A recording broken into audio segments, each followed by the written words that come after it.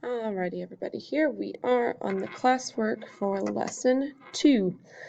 So to help you remember the classwork packet, the front of it should look like this, should say classwork on it, and the packet should be blue.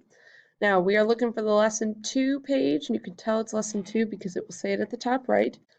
And we said to work on numbers 1 through 12, which is pretty much just the whole first page. All right, so I'm looking at the problems here. The straight up adding and subtracting ones, we should be pretty good with.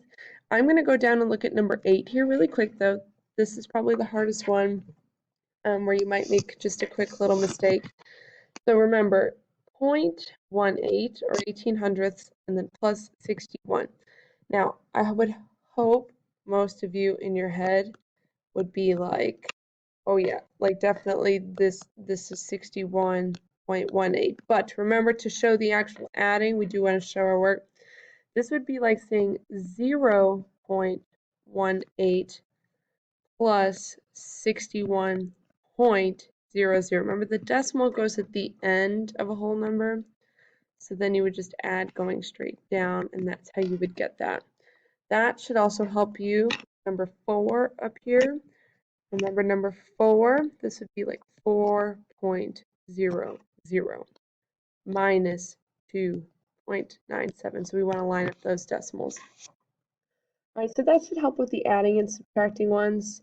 And then we'll go ahead here and do a multiplying one just real quick. So if we take a look here at number 10, I have 18 times 61 hundredths. So remember, when we multiply, you don't have to line up the decimals. You kind of ignore them. And you can also take out that 0. Some of you will probably keep that 0 in and it'll just give you an extra row of numbers. You don't really need it though. So 1 times 8 is 8, and then 1 times 1 is 1. Now don't forget the placeholder here at the end. So this has to be 0. Then 6 times 8 is 48. Carry that 4. 6 times 1 is 6. Plus the 4 would be 10. Then you add going down, this would be 8 and 9 and then 10. So then to put in the decimal, remember it's like you count how many spaces, how many numbers come after a decimal. So here there's 2 numbers, so it would move in 2 spaces. So our answer here would be 10.98. Okay, so hopefully that helps you with a few of the problems. And then remember, when you're done, you go back into the OneNote here, into the content library.